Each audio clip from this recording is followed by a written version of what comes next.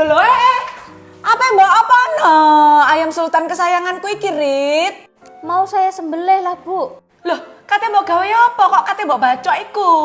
Meme itu loh, Bu, minta dibikinin ayam katsu. Loh, ngawur ya kamu ini. Bikin chicken katsu loh, gak ono ayam so pakai tofu. Pakai tofu ini loh, Rit, untuk bikin katsunya. Emang bisa tak, Bu? Ya bisa lah. Apa yang Lady Boss gak bisa?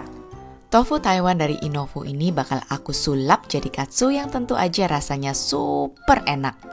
Tofu Taiwan ini cocok banget buat segala macam masakan kalian loh besti.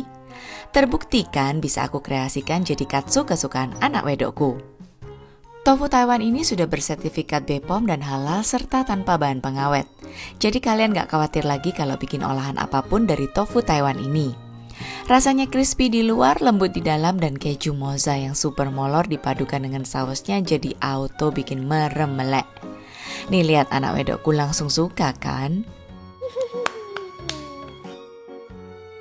Yuk bikin kreasi olahan kalian pakai tofu Taiwan dari Inofu Tofu.